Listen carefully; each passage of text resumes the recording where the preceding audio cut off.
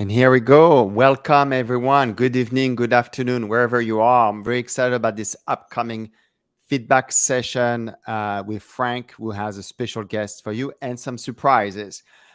Before I pass the torch to them, I wanted to invite you for next week. I will be back actually with Vicky Maldonado for the release party of our upcoming single Chance Tonight that will be released actually Friday next week. So the night before of the release, we're having a release party here at the same place.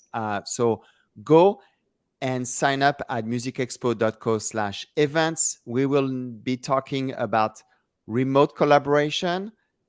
We will probably break down the track and the mix. So you get the behind the wow, what was that? So you get a behind the hood type of view. For your information, that track that we're releasing next week and we're going to be talking about was reviewed at the last mix feedback session hosted by Frank Soccoro. So we did apply all his feedback. He made it in the final release. And we'll be also talking about the release strategy. We can answer all your questions. The idea is to share our own experience with you.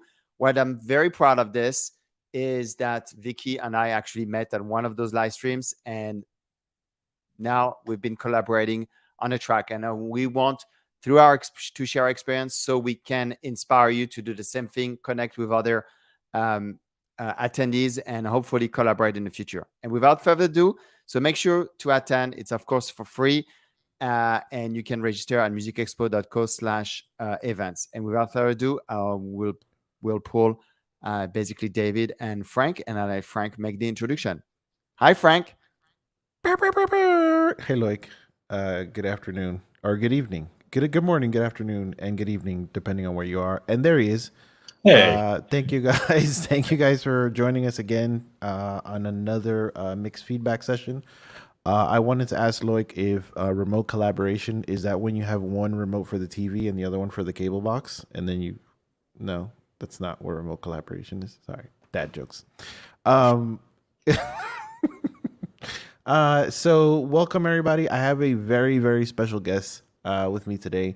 I have this young man by the name of David Naroth, and David and I go way back, probably around 8 years. Well, I haven't seen David in quite a while, but yeah. David came to SAE back in around 2013, 2012, 2013, when I was teaching there. And I met David there. And then after graduating, David moved to Los Angeles to pursue his career. And I recently reconnected with David via Facebook, which is really funny because I never go on Facebook. And then I forgot why I went on there, and I saw your message and I was like, oh, cool. And we started talking, and then I invited you for this thing. So that really worked out. But David, after graduating, moved to Los Angeles, and David actually has a really cool story. And when you told me what you were doing, I really did not expect you to say that because you graduated from an audio engineering program. So without further ado, I want you to kind of tell us a little bit about what happened after you graduated from SAE. Yeah, so shortly after graduating SAE, I stuck around in Miami for a little bit, working at a studio as an audio engineer, Studio Center Miami. Did that for a bit, and I really enjoyed it, but I also just loved writing music and composing and stuff. So one day I think me and my girlfriend, now wife at the time, were just discussing like, oh, like, what do you think about LA? And we're like, yeah, let's move out there. Let's see what happens. So we kind of just like, quit our jobs and moved out to LA without really anything lined up. And, when I first got here, I started working at a chocolate factory of all places, nothing music related at first. But shortly after that, I started interning for a company called Remote Control Productions, which is Hans Zimmer's kind of like big studio. And, from there, I, moved up to being an assistant, and I got to work on a lot of cool projects like Lion King and X-Men Dark Phoenix and Blue Planet, doing, instrument design, assisting, even like a little bit of orchestration as well. And from then on, I ended up getting a gig doing music for a TV show called Chicago Fire. So I do additional music on that, which has been pretty fun. And then, another thing, I also just like, from doing a lot of the instrument design at Remote, I decided, to kind of start up my own sample library company. So that's been something pretty recently, like the past year or so. And yeah, it's kind of been a blast. That's amazing. What obviously you had been playing. What do you play? You play guitar, right, David? Yeah, guitar. I mean, I don't play anything very well, but I figure it out. So how did you get to the part where you're actually designing instrumentation? So what does that mean, first of all, and then how did you get there? Yeah, so kind of like just like sampling. So when I was like, an assistant at Remote Control, I was working for this composer called David Fleming, who works with Hans. And, every project, they would want like a whole like sonic palette of different instruments and stuff. So what I would do is I would like sample different things and put them into like these tiny little instruments inside of the sampler Contact. And so that's kind of how I, figured out or kind of got that start into the whole sampling process, was doing it for like different movies and TV shows and stuff. And from there, I just kind of, realized I liked it a lot and, kept digging into it more until I felt pretty confident enough to start my own company. And so were you sampling instruments, or is it random sounds, or was it both? Oh yeah, I mean, pretty much everything. I did like a lot of guitar stuff. I even ended up building this instrument this guy from Turkey made called a yaybahar, which is kind of like I guess the easiest way to describe it. I remember like watching a video, that was like posted on YouTube or Facebook or something of this guy playing this instrument. And it's kind of like, a stick, almost like a cello, that has two springs attached to like frame drums that are attached to the strings. So it kind of has like this natural spring reverb when you play the cello strings on top of it. Well, that's cool. Does it played with a bow like a cello? Yeah, bowed. And plucked, you can even get like some really like gnarly sounds, like weird delays and stuff from the springs themselves. And I built that, and I sampled it for like different projects. But yeah, that thing's been on like so many different like movies and TV shows. That's really cool. Yeah, I have to check out that video. What was it called again? The instrument? Yaybahar. It's Yaybahar. Write in the comments, or can I write in the comments? I don't think we can write in the comments. But somebody else probably caught your spelling and is now opening another tab on their browser and is like pulling that up. So then, what about getting to actually work on the show Chicago Fire? Like, how did you get to that part? Now you were designing instruments, and then how does that? Yes. So, when I first started like assisting, there wasn't like really much writing. But every, so often there'd be like an opportunity for me to, show what I could do.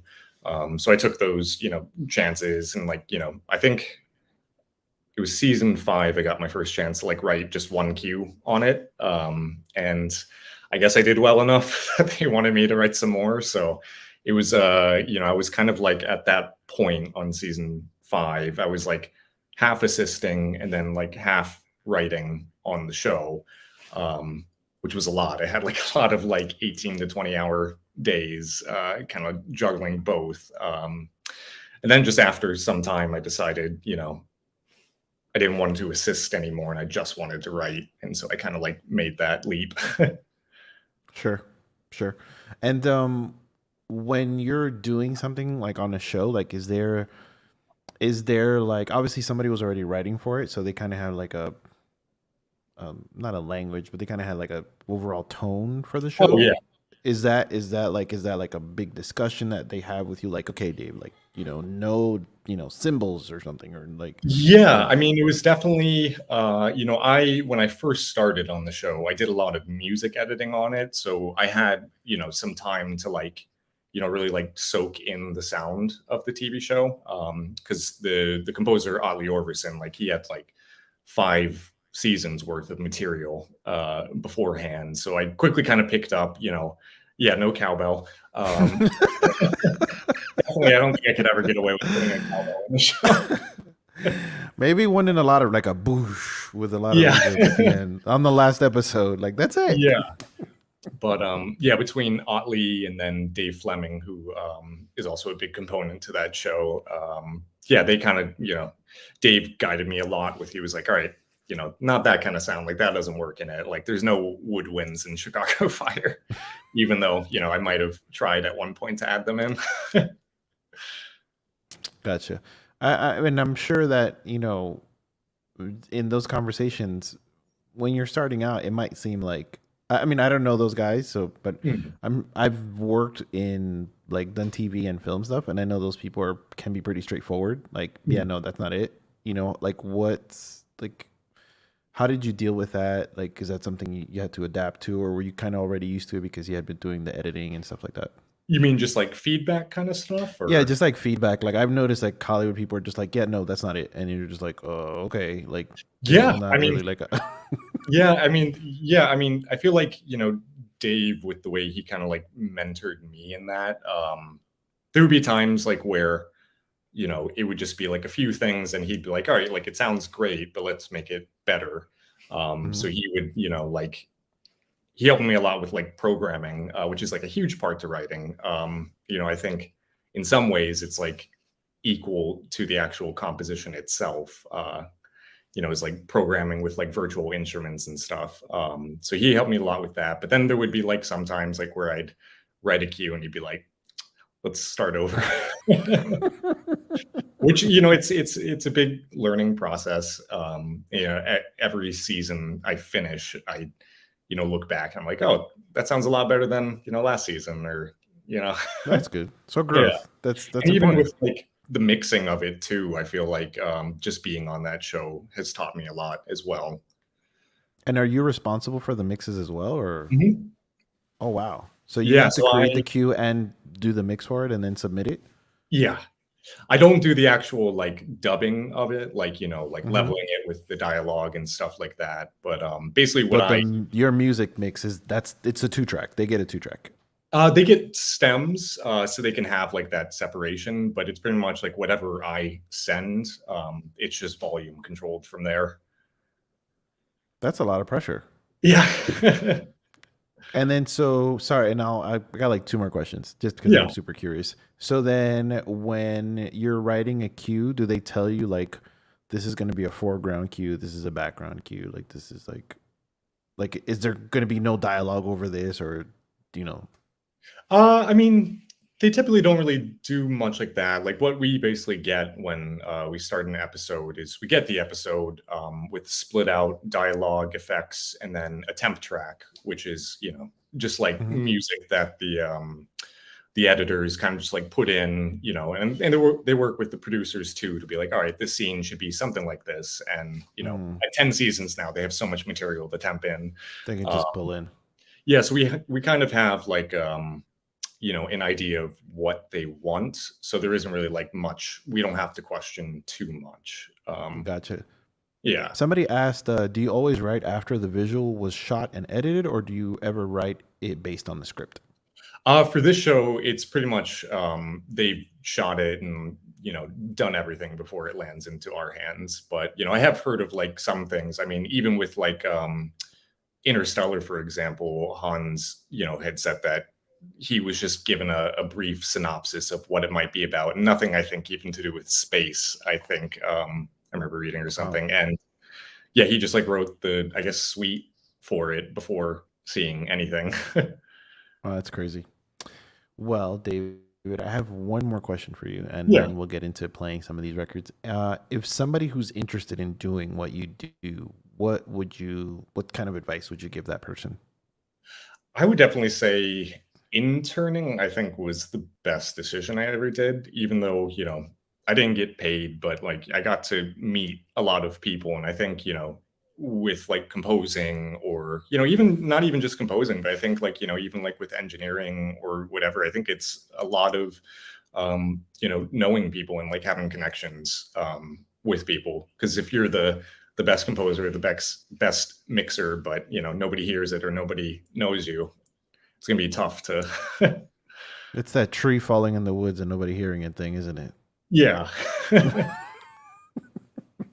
Amazing. Well, thank you, David, for answering your questions. I'm gonna pull up these tracks. We're gonna listen to them like we always do. Once a month, I'll give you my notes, what I think about the mix, and then David, who's hearing these for the first time, will also, if he wants to chime in, tell us what he thinks. And you guys can, you know, ask me questions in the chat. Thank you all again for joining us, and here we go. So the very first track is from Dormanville. It's a Florence Special. I don't know if that's the name of the artist or if that's the name of the song, but I'm going to play it. Here we go.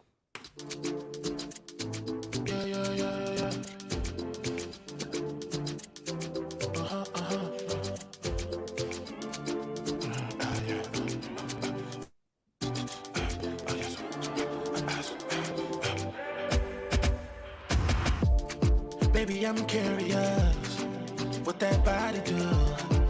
Wanna see your moves. Can't keep your secret for too long. Girl, you hot like fire. I'm just telling you the truth. You ain't gotta be shy, baby, no. You and I can make a movie. You and I can see the sunrise. Ooh, this can be a special night, yeah. Give me the time of day. Your body, you know that. Precious like gold. You so stunning, that's a fact. You still my soul. You special, you special, you special. Special to me, girl. Special, you special, you special. It's the way your hips move. All right. So that was Dormanville, Florence Special. This mix is pretty good. Overall, it's fits the genre or the style. Like it's pretty loud. You can look at the waveform. You can tell it's there's a lot going on the stereo bus there. They have one comment. Is actually sounds like the tune on the vocal is a little bit off. So I would definitely do that because it is a little bit distracting. I think the vocals sound pretty good. I think there's a little bit of sheen that could probably be used there on the vocal. But the low end feels good. And then when the chorus comes in, there's actually space for the bass to kind of come in and do its thing. So I feel like genre-wise, this makes a lot of sense. I wish there was a little bit more on the clap, a little bit more volume. But overall, I think it's a pretty decent mix. Yeah, I thought it sounded really nice. Dave's like, what did you think? I mean, you don't have to say anything, Dave. But if you like how it sounded, you think it would work? Yeah, definitely. Well, I'm getting like double in my headphones. No, I genuinely thought the mix sounded really good. I think just personal preference, if I were to offer any kind of feedback, I love panning percussion a bit wide. I think that's the only thing I might do differently, but not to say that it was bad or anything like that. No, it's cool, man. We appreciate that. Actually, this is a really interesting perspective. When you're doing stuff for TV, how much panning can you do, and does it matter? Because obviously, it's coming out of a TV, and it might not always have. Oh yeah, it depends. If it's an action scene just for the show itself, I could write the most amazing thing, but I'm competing with fire sound effects. So, you know, you don't get to hear a lot I'm competing with actual fire. Literal fire is what I'm competing with. All right, cool. All right, let's move on to the next one. So this next one is Hadassah Shaviva. I hope I said that right. Zeltzer, and I think the track's called Hard Sometimes. So play this one from the beginning.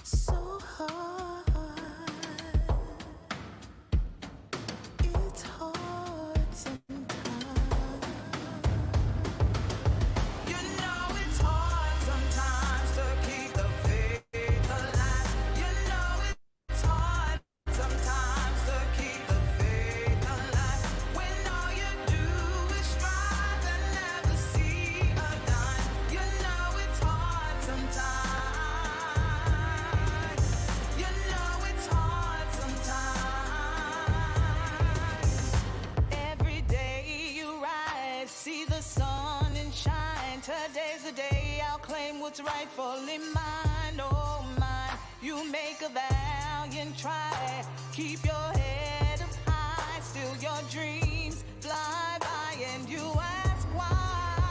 You know it's hard sometimes to keep the faith alive. You know it's hard sometimes to keep the faith alive.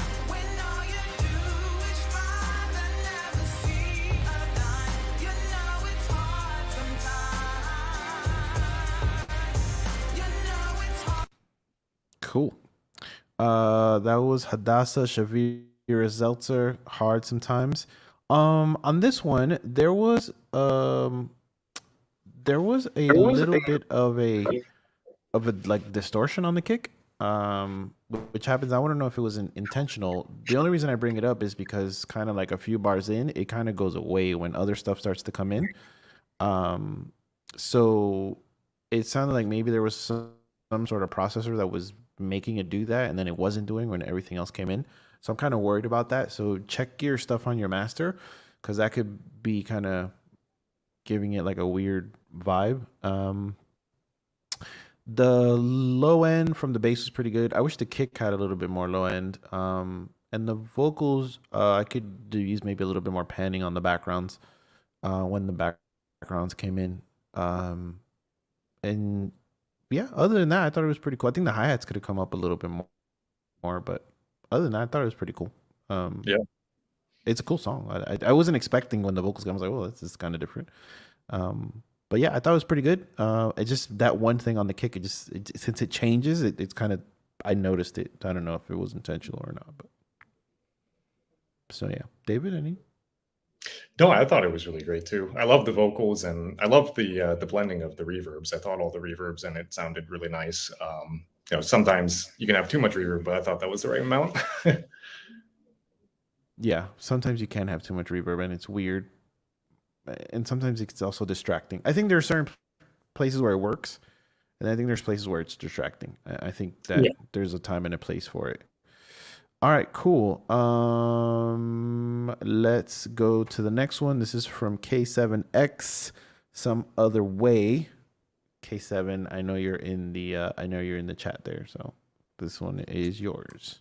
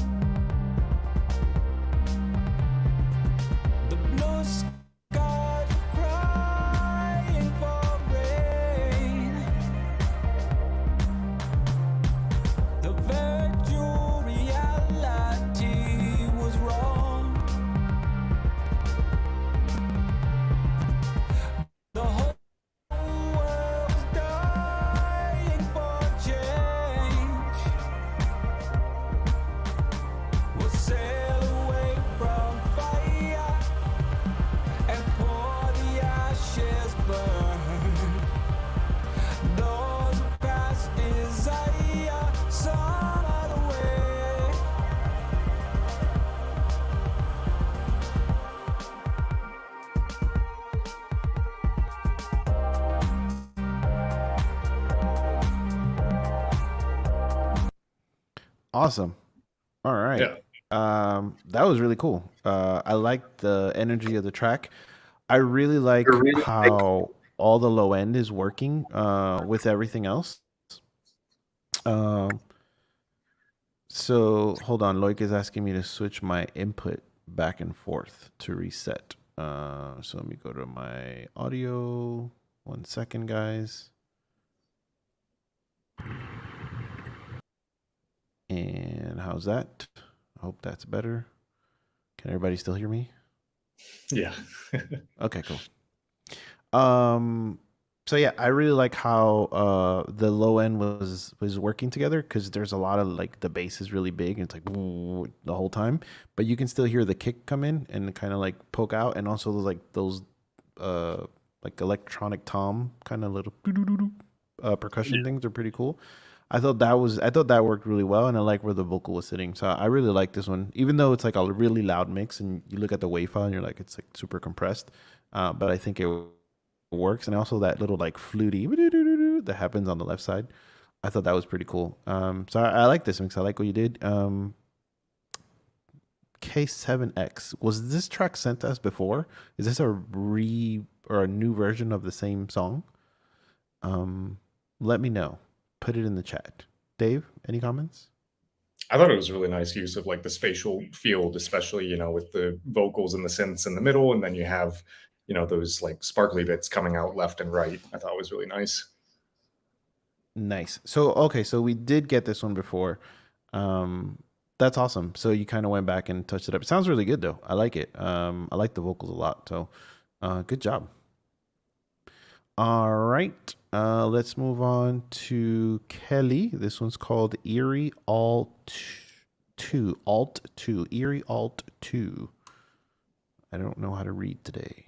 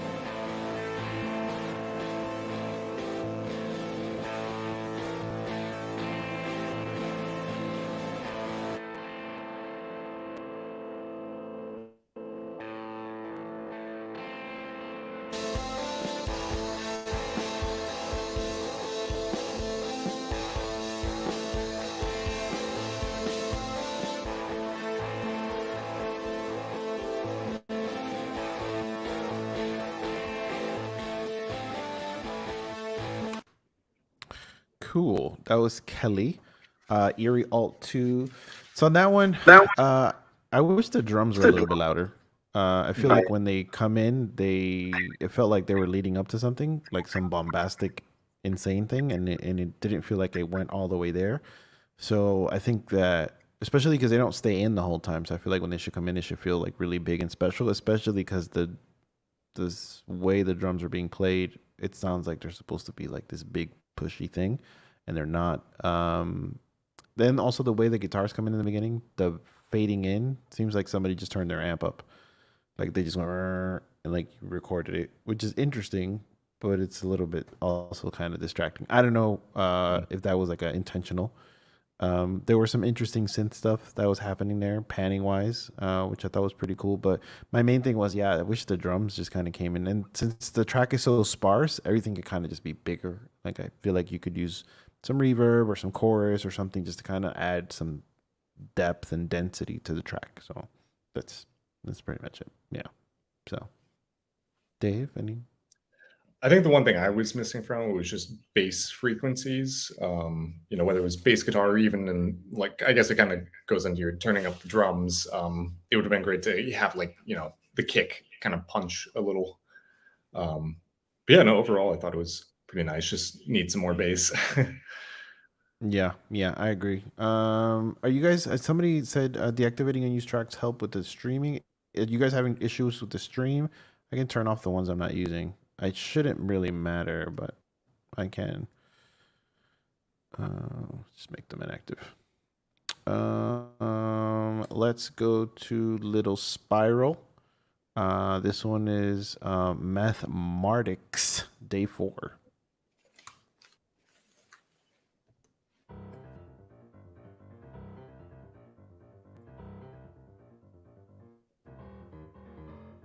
What if God was just like a number everywhere and nowhere? And I am the X in the equation I solve for Y. Can I do something about a problem I can't figure out? How about I leave it to my calculator creator?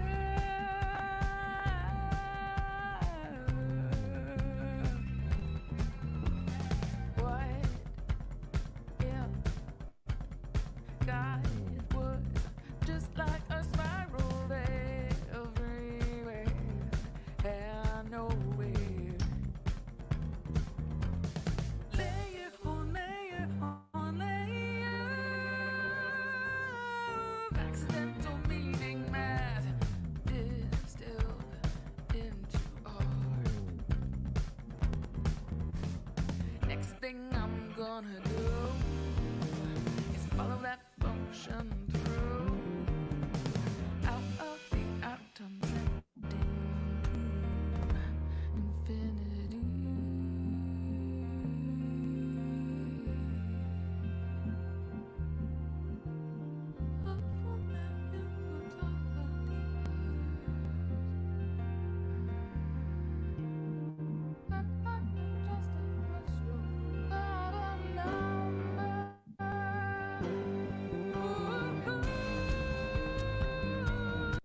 Amazing. That is a really good mix. Genre wise, like it fits perfectly. Me personally, I probably would have wanted to hear. I would probably would have put reverb on the vocal, but I think it makes sense the dry for the track. But the drums are fantastic. The mix on the drums is great, and so is the piano.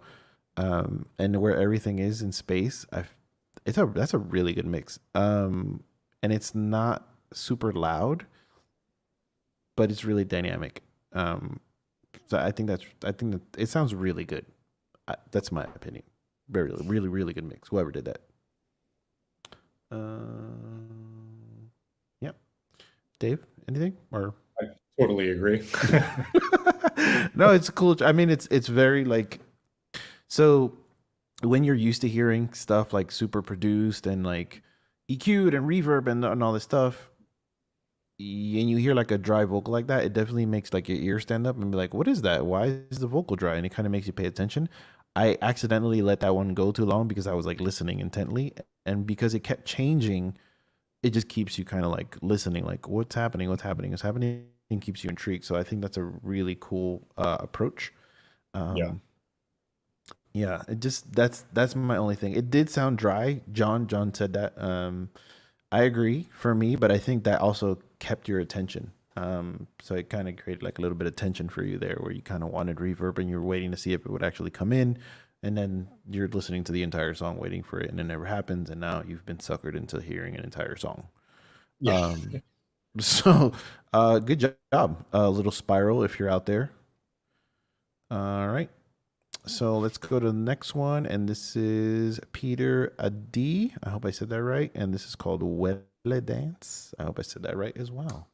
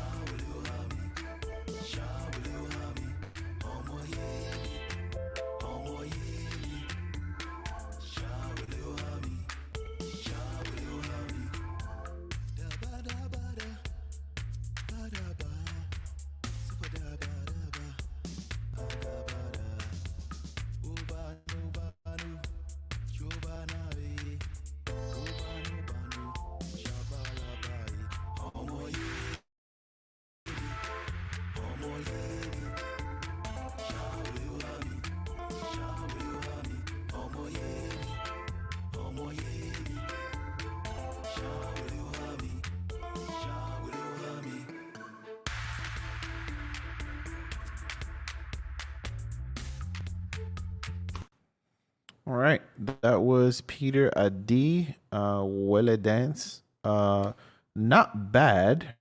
I think the vocals are a little bit low, and when those keyboard lines come in, they definitely cover it up. Um, there are some like cool kind of like reggae dubby elements in there, which I like. Especially like how the low end is like really big. But it does feel at times a little bit sloppy and like it's kind of rubbing against other stuff. So I'd be careful with that. The effects are cool. I like that big clap, snare, reverb thing that just happened. I don't mind the phasey, flangey thing on the vocal. I think it's cool. I wouldn't use it the entire time. Maybe kind of add some delays here and there. But definitely the vocal needs to come up. It's just it was buried in there and it kind of felt unimportant. That's my only like thing. I wish the vocal was brought up some. I think you're muted, David. I can't hear you. Sorry, I was drinking my drink and then I heard the ice. So I had to mute myself. Yeah, I was going to say a similar thing. I think bringing up the vocals and like leveling down that piano or keys that kind of came in the beginning. I thought just leveling it out a little. Yeah, definitely. On the vocals. Yeah, I think sometimes where you're listening to plays a big part. Obviously, not sometimes, always. It plays a huge part.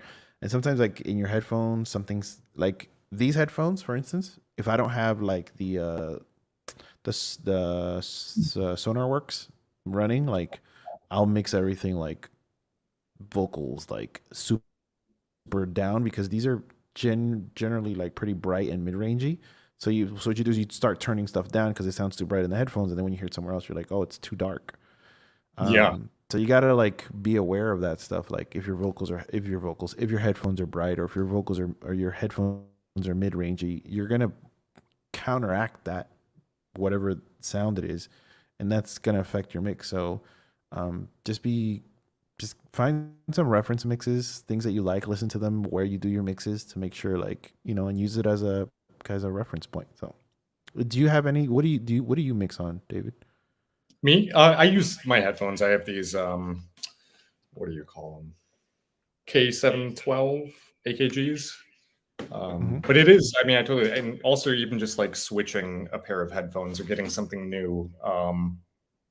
It's like learning to drive again. Like, you have to be careful. I know, like, when I got those, or even like when I upgraded my audio interface, I had to kind of like check myself a couple times because, I wasn't having enough or, whatever. So it's, every time I get a new piece of gear, I try to do exactly that, like reference it with something I know or familiar with. And the fact that you're doing stuff that's meant to be played on a TV, do you ever like play stuff out of your TV, like send it to your Apple TV or something and have the music come out of the TV? No, not so much. I think once I write it, I'm just like, I'm done.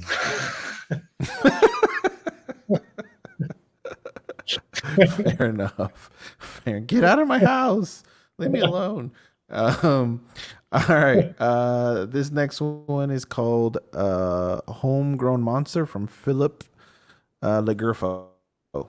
I hope I pronounced that correct, Philip. If I didn't, I apologize. Here we go.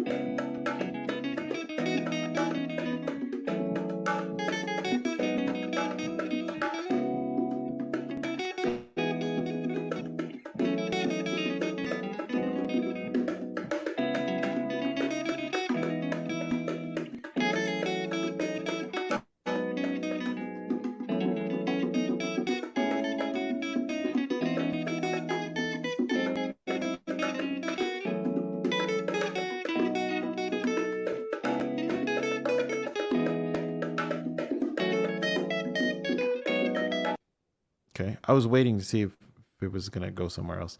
I like the panning. I think the guitar sounds pretty good. I think though, with a track like this that's so sparse, like you could have used more of it with the guitar that's playing the chords, and then kind of maybe panning them a little. They are panned, but I feel like they could be panned a little bit further out. And then the percussion too could probably use some space or reverb. It sounds like it was recorded in like a small room. There is some sort of like ambience there. I don't know if you added that or if it's just kind of part of the recording. But I would definitely take an advantage and of the fact that there's not much else in the track and just kind of made things a lot bigger and just wider, taking up more of the space. Production suggestion, a bass or like a Fender Rhodes or something that has more low end in it, just to hold everything down, because everything's just kind of like floating in the air right now. So that's my that's just my what I think. Yeah, David, any? Yeah, I mean, yeah, kind of talking about the percussion. I almost felt there was like something nice to like hearing, that space. Maybe it's just like a preference, but one thing I always do, like when I have something live and it's in like a small room and you kind of hear that, I use the what's it called? Of course, when I blank on the name of the plugin. Who makes Simplon again? FabFilter, the Pro. FabFilter. Yeah, The Pro Reverb. they're Pro Reverb. There's a lot of like really nice like convolution, like those small room sounds that I use. The I think it's like the bathroom, and then there's like a closet as well on like whenever I want to make something that was recorded live, I just like put that to like 20%, and it just like makes it sound like it was in this really intimate like a space. Yeah. That's cool. That's a good tip. I actually don't use that plugin. People refer to me to it all the time. They're like, "Oh, but I have like my reverbs that I kind of use." So yeah. But people keep bringing it up to me, so maybe it's something that I'll try in the future. Maybe they'll come on this show and give something away. Lloyd, can we make that happen? Can we ask FabFilter to come on here and give away some reverbs? Loic said yes, so you guys have to come back every month to make sure if they actually do it, and maybe you'll get some free reverb. Awesome. All right. Thank you, Philip, for that. I'm gonna make this inactive, and let's play Shane Hazelton, "Take Love."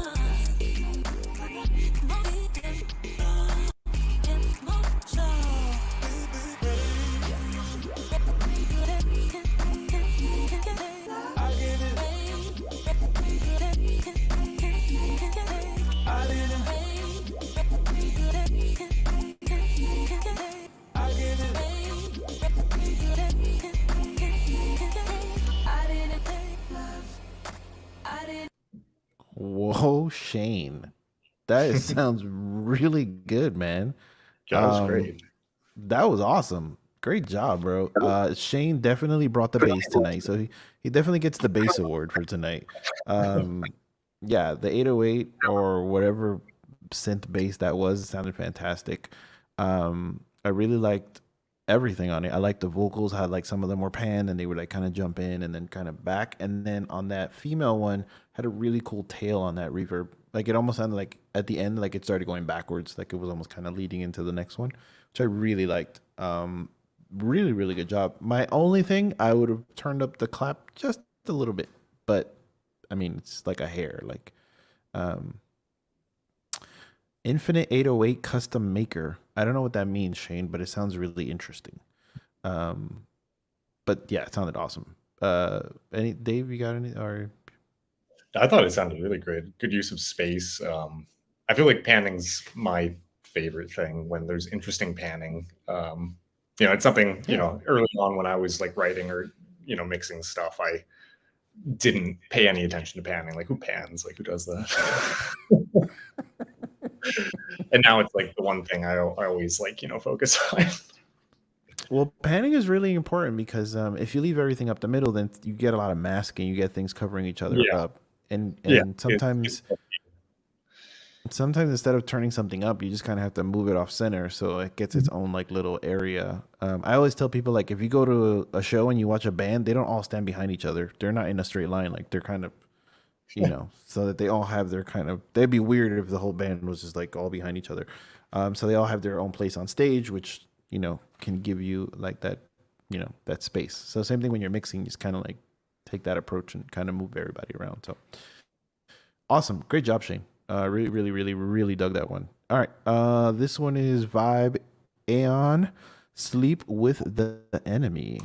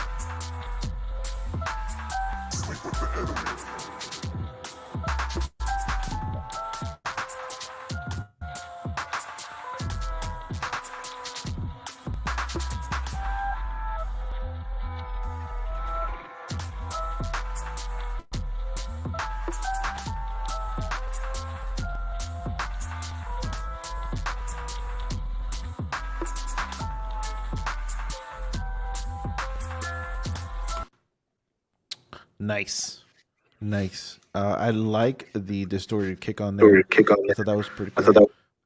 The bass was really good.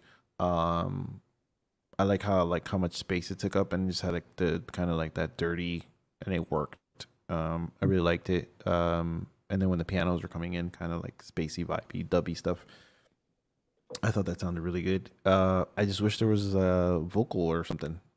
That's not even a mix critique. I just wish something happened or something will come in, or because it sounds like an intro to something. But the mix was cool. I think it was on point for what it is. Yeah, I thought that was a really nice mix.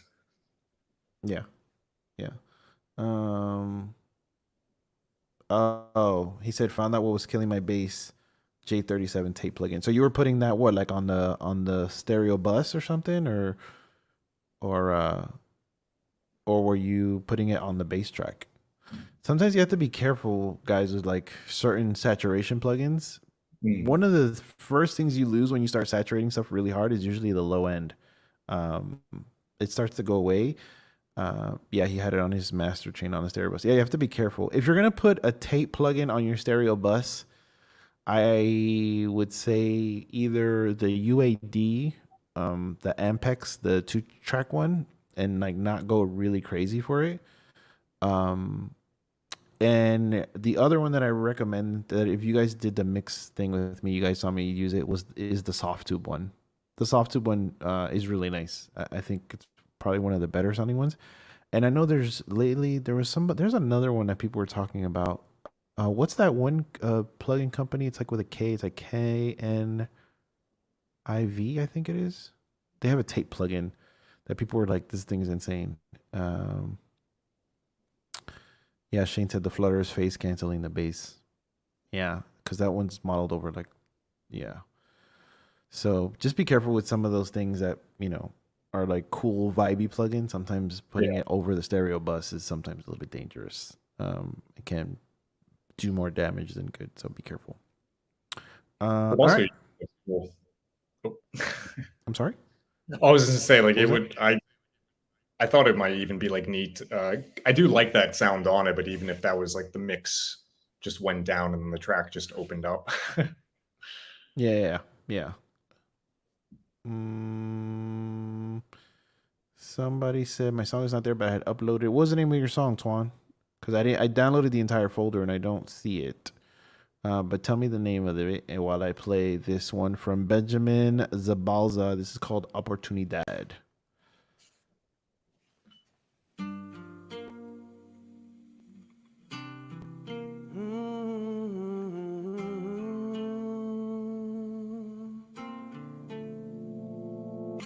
Yo tengo ganas de ti, tú ya lo sabes. Tú estás loca por mí, yo también lo noté.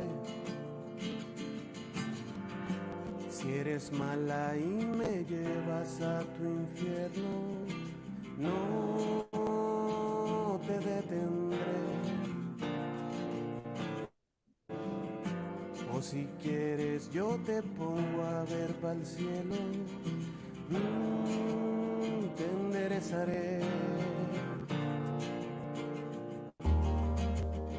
¿Es que acaso lo planeamos?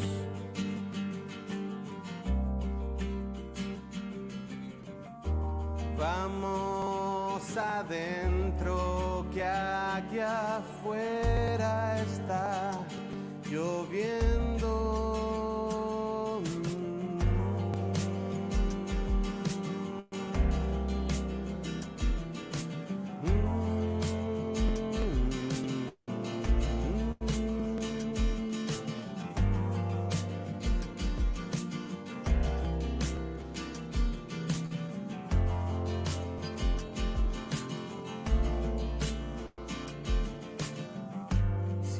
Mala y me llevas a tu infierno, no te detendré.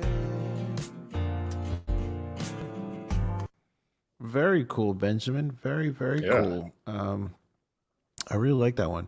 I like where the vocal's sitting. The guitar sounded really great. I don't know if those are live drums or not, but they sounded really cool when they came in.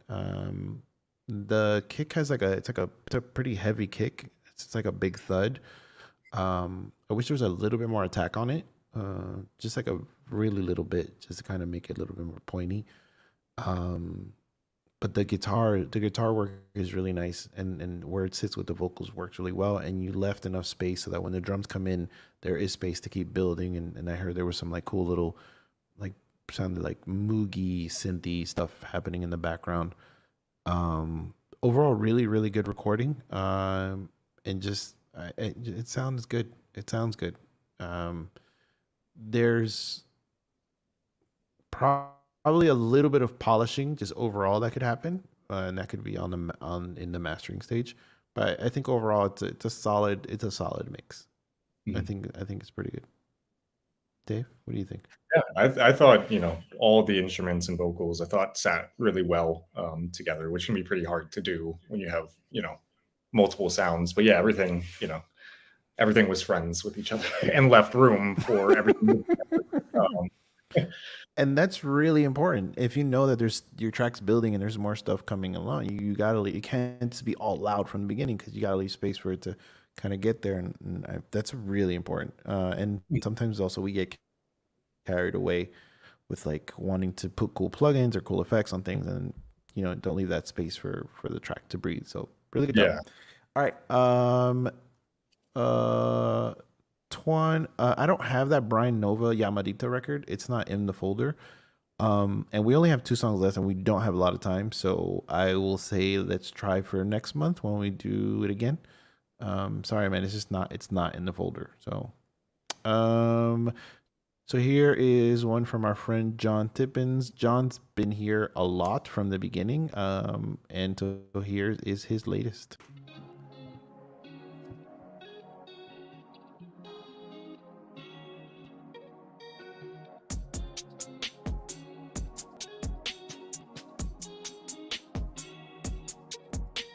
I've been waiting far too long to buy this guitar so I could write you a song.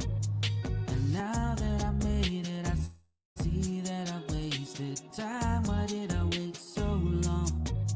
And I remember when you moved on, you said we stayed friends, we were both so young. And I heard you in town, and I thought you'd be down to hang out.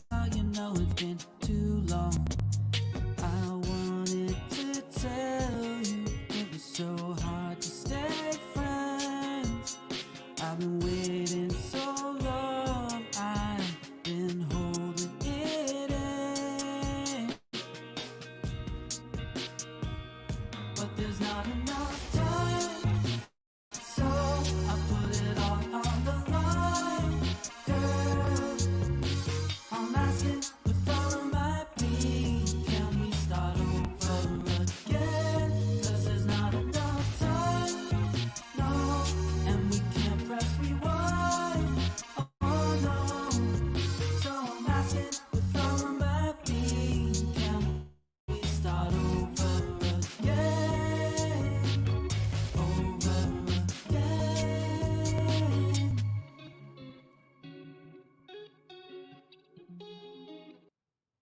Oh, John, you never disappoint. John with the fresh pop melodies. Really good job, bro. Like, you always kill it with the chorus. It's fantastic. The mix is really good too. Your vocal is sitting like, very Beach Boys. Super cool with like the vocals where they are. Really dig it. I like the mix. I like the drums. I like that the kick was punchy, but the bass was big and heavy, and then so they kind of had a nice balance. They're not fighting with each other. Just overall, very well done. Very, very well done. Really good. David agrees. You're muted, but we can see you nodding your head. Whoops. There you go. Yeah, no, I thought it was really nice. I have no critique on that one either. Yeah, it's really good. Really good job, man. All right. Last one here. This is Kelly Joseph, Ready for Battle number 3. I guess Ready for Battle 3. Here we go.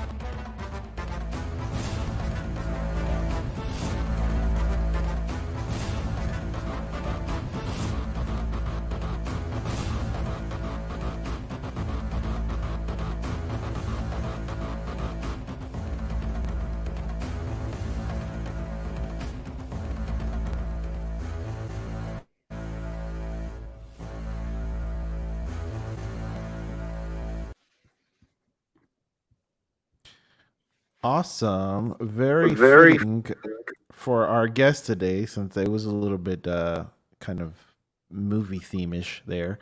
I dig it. I thought that was really good. Okay, so that was the last one for today. Um, you guys all did a super good job. So as a treat, David is actually he's gonna tell us his pick for the winner, and and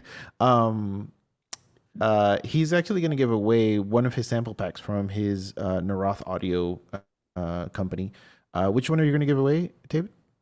I was thinking the mood guitars one, but if whoever I pick, if you have Contact 6, the full version, you can use any of them. I just said mood guitars because that's the only one that's licensed with native instruments, where you can use the Contact, the free player. Gotcha. So yeah, so the winner tonight will win that. So, David, what do you think? It was definitely tough. I had a lot of favorites, but I feel like if I had to pick, just one, I felt like John Tibbins was, really incredible. I really had nothing, to critique about. Congratulations, John. That was fantastic. Thank you guys for joining us. I guess Lloyd, can you put John and David in touch via email, so they can kind of sort that out afterwards. And thank you all you guys for submitting tracks tonight. Again, I always say, like, that takes a lot of courage to submit a track and let somebody sit here and listen to it and tell you what they think about it, and then also in front of everybody else. Thank you guys. This is all really about learning and kind of trying to help everybody be better. And honestly, I know I say it every time, but every time you guys come on, and especially those of you who come back, like, you guys are improving like leaps and bounds every time. Like, from the first one, like, I'm pretty sure if any of you went back to the first track you submitted to, like, where you are now, like, it's pretty impressive, the growth. So thank you guys again. Loic, do you want to come in and say anything? You want to wrap this up? David, thank you for joining us, and we really appreciate it for all your knowledge, and super cool. And can we give everybody David's socials, and what's the website, David, for the plugins, for the narothaudio.com. narothaudio.com, narothaudio.com. Let's go check it out, David. That guitar one is pretty cool. You sent me a link, and I was listening to them. They're actually really, really cool, because I was very impressed. I'm always impressed when my students leave and then they become like really cool people. I'm always like, oh, that's cool. There he is. Hey, Loic. What did you think? Did you have fun tonight? It was pretty good. I had a lot of fun. David, thank you so much for joining us tonight, and for treating the audience here. And congratulations to John. He's resilient. He's with us like weeks in, weeks out. So love to see regular folks. And yeah, so congrats, John. Yeah, David, if you can just shoot us an email, maybe drop it in the chat here, the private chat, so I can put you in touch with John. Thank you, gentlemen. We're going to jump quickly on the Discord for a meet and greet. So, David, if you can join us for a few minutes, that would be great. Yeah. And otherwise, everybody's invited to the release party that we're going to host with Vicky next week. We're going to use the occasion of releasing our new single, Chance Tonight, on the 22nd to discuss remote collaboration, break down the production, talk about songwriting, and release strategy. We have merch. We're going to talk about merch. We're going to talk about how we design the artwork, and we can answer any question. The idea is really to be super transparent, because we want to inspire all of you to basically submit your mix to the mix feedback, and then work on it, implement the changes, and then release your music in the best way. So make sure you join. If you want to sign up, go to musicexpo.co/events. There's the event is right there, and you just sign up. It's for free, and we may have surprises as well. And on this, David, thank you so much. Frank, thank you so much, and see all of you on the Discord. Bye.